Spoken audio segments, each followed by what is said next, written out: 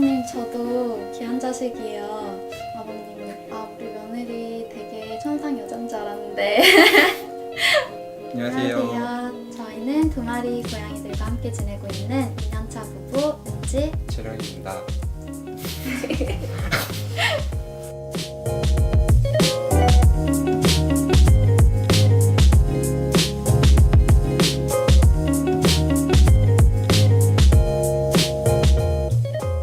저희가 만났을 때가 25, 26 이때니까 그때는 결혼에 대해서 진지하게 생각했던 때는 아닌 것 같아요. 근데 만나다 보니까 서로 자연스럽게 좀 더 미래에 대해 생각을 하게 되니까 결혼을 하게 됐는데, 사실 그때 뭐 제가 지금도 그렇고 남자치고는 그래도 결혼을 또 엄청 빨리 한 편이니까 결혼 생각을 아예 해본 적조차도 거의 없었는데, 일단은 제일 컸었던 거는 더 좋은 사람을 만날 수 없을 것 같다라고 생각을 했었고요. 그래서 결혼 전에 되게 많이 얘기를 했어요. 결혼에 대해서 어떻게 서로 생각하고 있는지, 서로 생각이 어느 정도 많이 맞고 혹은 생각이 맞지 않는 부분도 우리가 대화로 풀어갈 수 있을 것 같다는 생각이 들어서 결혼을 하게 된 것 같아요. 저희는 집안일을 잘 분담해서 하기로 결혼 전에 굉장히 합의를 여러 번 했었기 때문에 남편이 많이 하는 편이거든요. 딱 정해서 하는 건 아니고 그냥 되는 사람이 하고 있는데, 그래도 뭐 빨래는 남편 담당 이렇게. 제가 그냥 다 하고 있고, 세탁기가 이제 또 이제 안에 거 빼기도 힘들고 해서 그냥 제가 그런 건 할 수 있는 사람이 하면 되는 거니까.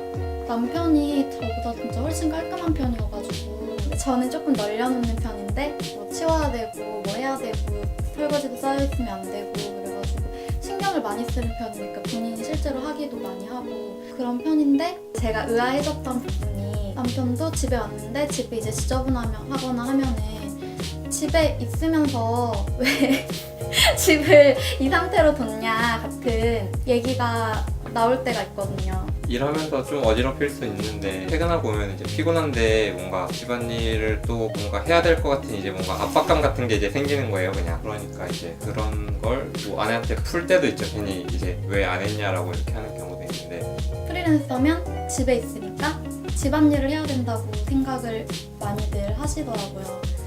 하지만 저도 일을 해야 하고 일을 하다 보면은 집안일을 잘 못 챙길 수도 있고 한데, 그런 입장까지 다 같이 고려가 되기가 어렵더라고요. 잘못됐죠, 이게 기본적으로. 어른들은 당연하게 저를 향해서 말씀하시죠. 뭐 음식을 챙겨주실 때도, 또 음식에 대해서 조언을 하실 때도, 그리고 뭐 신랑이 식사를 챙겨준다든가 빨래하는 방법이라든가 그런 것들을 양가 부모님 모두 하시는 경우는 없고 다 저를 향해서 하시는데, 그냥 제가 여보 알았지? 이렇게 여보 들었지? 그러니까 저는 좀 집안일은 공평하게 하는 것도 중요한데, 남편이 뭔가 한 일에 대해서 저도 고맙다고 생각을 가지고 있어야 한다고 생각하고, 남편도 제가 뭔가를 하거나 하지 않는 거에 대해서 얘 이거 당연히 해야 되는데 왜 안 했지? 가 아니라 이거 했네? 고마워 라는 식으로 서로 생각했으면 좋겠어요. 시댁에서 저한테 뭐 요리를 시키거나 설거지를 시키신 적이 없어요. 그러나 그 자리에서 저는 혼자 설거지를 내가 해야 될 것 같은데 라는 불편함을 느끼고 있고, 남편은 전혀 그러한 감정을 느끼고 있지 않고, 반대로 저희 집에 가면은 제가 뭐 없이 나르고 대충 이렇게 집에서 하던 거 이렇게 하는데 남편도 도와주고 해요. 근데 적어도 남편은 거기서 설거지는 내가 해야 되는데 어머님이 하시네 이런 생각을 하지 않는다는 거죠. 이제 거기에서 차이가 생기는 거고, 실제로 일을 하는 것을 떠나서 일단 마음에 그런 불편함이 생긴다는 것 자체가 좀 불편한 거고. 저도 사실 편하지는 않죠, 이게. 그러니까 아무리 잘 해주셔도 그냥 그 분위기 자체가 사실 편한 분위기는 아니지만, 좀 그래도 편하게 하려고 하는데, 이제 너무 이제 이를테면은 뭐 밥을 먹고 그냥 접시를 갖다 두려고 이제 들고 이제 일어나려고 하면 이제 아버님이 가만히 있으라고, 소파 가서 TV 보고 있으라고. 이런 거 하지 말라고. 그러니까 신랑은 저희 집에서 완전히 백년 손님 이제 대우를 받고 있는 거고, 저도 시부모님이 되게 잘 해주시지만 어쩔 수 없는 명절에도 그 모든 가족들에게 저희 부부가 친정에 가야만 하는 피치 못할 이유가 있어야 하는 거예요.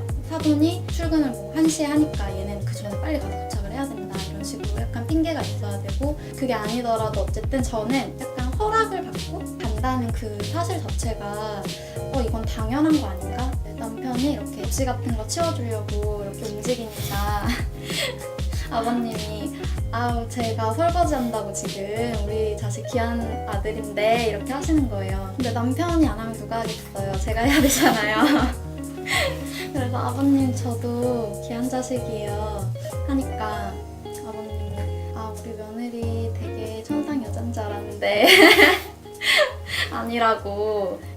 어른들은 그렇게 살아오셨기 때문에 무심결에 하는 말이지만 저희가 듣기에는 성 역할을 규정한다든가 차별적인 그런 발상이 묻어있는 말들이 오갈 때가 참 그때는 깨닫지 못할 때가 있어요. 뭔가 상황에서 이제 별로 그런 걸 생각을 아예 못할 때가 많고 이제 따로 와서 이제 말해주면 그냥 그 상황만 놓고 봤을 때 그럴 수도 있겠구나 하는 생각을 하게 되더라고요. 그러니까 미리 말을 안 해주면 모르는 경우도 상당히 많아요. 이게. 그런 말을 들었을 때 불편함을 느끼는 사람과 불편한 줄 모르는 사람의 사이에는 약간 그런 사회적 배경이 있다고 생각해요. 그런 걸 계속 강요받아 왔던 포지션, 입장이고 그런 걸 전혀 신경 쓰지 않고 살아왔던 입장인 것 같아요. 근데 그 당시에는 저도 하고 넘어가게 되는 그런 게 있어요. 그런 건 나중에 이제 남편한테 얘기를 하는 편이에요. 이때 내가 좀 불편했다. 처음에는 깊게 생각 안 하고 왜 어차피 가도 뭐 별로 일을 그냥 안 하고 그냥 잘 있다가 오는데 왜 그냥 그러나 처음에 그냥 이해가 좀 안 되기도 했었는데 좀 더 깊게 이제 얘기하면 할수록 이제 일 자체가 힘든 게 아니고 이제 그 상황에 대해서 이제 뭐 같이 한다든지 아니면 뭐 내가 무언가 나서서 이제 중재를 해준다든지 그런 게 필요했었던 거죠 사실은. 그리고 그게 표현했을 때 훨씬 편해지는 게 있는 것 같아요. 그거를 내가 뭔가 부당한 대접을 받고 있다고 느꼈는데 그것을 참고 있는 상황과 그거를 어떻게 순화해서라도 근데 남편이랑 같이 할게요 라고 말하는 거랑은 정말 천지 차이가 있는 것 같아요. 이 얘기도 사실 제가 걱정이 많이 돼서 결혼하기 전에 신랑이랑 얘기를 하면서 약속을 했어요. 너희 집 행사는 네가 스케줄을 조율을 하고 우리 집 행사는 내가 스케줄을 조율을 하자. 이렇게 처음에 약속을 하고 결혼을 했으나 시부모님은 당연히 저에게 전화를 하시더라고요. 집안일은 아내가 한다는 생각 때문인 것 같아요. 가정사를 관장하는 건 이제 아내다라는 고정관념 때문인 것 같아요. 근데 지금은 사실 많은 부부들이 그렇지가 않잖아요. 그래가지고 이제 시댁 갔을 때 몇 번 말씀을 드렸어요. 저희는 집안 행사는 각자 조율을 하기로 했어요. 뭐 이런 식으로 말씀을 드렸어요. 그러고 나서 이제 신랑한테 전화를 하시는 것 같고 사실 그것보다 어려운 게 안부 전화인데 보면은 많은 아내들이 시댁에 안부 전화를 해야 한다는 의무감이나 압박감 같은 걸 가지고 있잖아요. 보통 남편들은 많이 안 가지고 있는 편인 것 같고 사실 막 일주일에 한 번 아니면 뭐 매일 한 번 이런 식으로 전화를 드리는 거는 무리라고 생각해요. 그럴 수 있는 사람도 있겠지만 엄마랑도 저희 친정엄마랑도 하루에 한 번씩 막 전화를 하는 편도 아니고 그리고 매일 전화를 해야 한다는 의무가 생기는 것 자체가 결혼 생활에서 약간 마음 무겁게 하는 것 같거든요. 제가 저희 어머니 정말 좋아하는데 근데 전화를 하셔가지고 말을 약간 오래 하시는 편이거든요. 그래가지고 제가 한 40분 정도 통화를 처음에 한 날 전화를 많이 하는 직업이라 전화를 하는 것에 대한 부담감이 있다 뭐 이런 말씀을 들었어요. 전화를 자주 안 하시는 것 같아요. 근데 어머님이 또 저한테 전화를 그렇게 자꾸 하지 않으시니까 오히려 한 몇 주 이렇게 있으면 어머니 잘 지내시나 하고 제가 그냥 연락드리게 되고 오히려 그렇더라고요. 그리고 저도 남편에게 그거를 요구하지 않아요. 남편이 막 사교성 좋은 그러니까 낯선 사람한테 막 이렇게 하는 성격도 아니고 본인한테 불편할 게 틀림없기 때문에 남편한테 그런 걸 기대하지도 않지만 그러니 여보도 나한테 그런 걸 기대하지 않았으면 좋겠다. 좀 그렇게 생각을 하는 편이고 저도 원래 집에서 저희 부모님들이랑 그러니까 사이가 좋았지만 연락을 뭐 많이 한다든지 무언가 뭐 활동을 같이 한다든지 그런 거는 거의 없는 편이었거든요. 이상하게 또 결혼을 하고 보니까 그냥 한 번씩 사치고 밥 먹고 이런 것도 그냥 좋고 한 번씩 그냥 연락해 주면서 좋아하니까 이제 그런 것도 나는 귀찮아서 안 하지만 뭔가 이게 대신 되니까 그냥 좀 좋은 것도 있고 그래서 그냥 좀 잘 해주면 좋겠다라는 그냥 생각이 한 번씩 들긴 들었는데 그게 근데 상대방한테 또 부담이 된다면은 알아서 해야 된다면 알아서 하는 게 맞는 것 같아요. 제가 이제 연하니까 이름을 부르는데 뭐 재룡이가 이런 식으로 하는데 딱 한 번 시어머니가 사람들 있을 때는 뭐 호칭을 이렇게 해야 되지 않냐 얘기하신 적이 있어요. 근데 제가 한 번도 신랑을 재룡 씨라고 불러본 적이 없어요. 그렇다 보니까 그 말이 입에 붙지도 않고 어색해가지고 어른들한테 말할 때는 남편이라고 말하고 근데 이름을 부르게 될 때는 약간 자제하게 그냥 아예 안 하는 쪽으로 좀 의식을 하게 되더라고요. 저도 이게 말을 못 걸겠더라고요. 이게 호칭을 이게 그냥 이름을 불러야 되나 생각하면서도 혹시나 뭐 안 되나 싶어가지고 그냥 근데 호칭이 진짜 좀 더 불편하게 만드는 것 같아요. 이게 말을 할 때 있어서. 남편의 여동생을 아가씨라고 불러야 되는데 아가씨라는 말이 너무 어색한 거예요. 입에 붙지도 않는 언어고 심지어 신우의 남편을 서방님이라고 불러야 되더라고요. 근데 서방님이라는 말도 너무 이상하고 그러니까 되게 다 고어 같은 느낌? 그 말 자체가 입에 안 붙으니까 부르기가 어색한 거예요.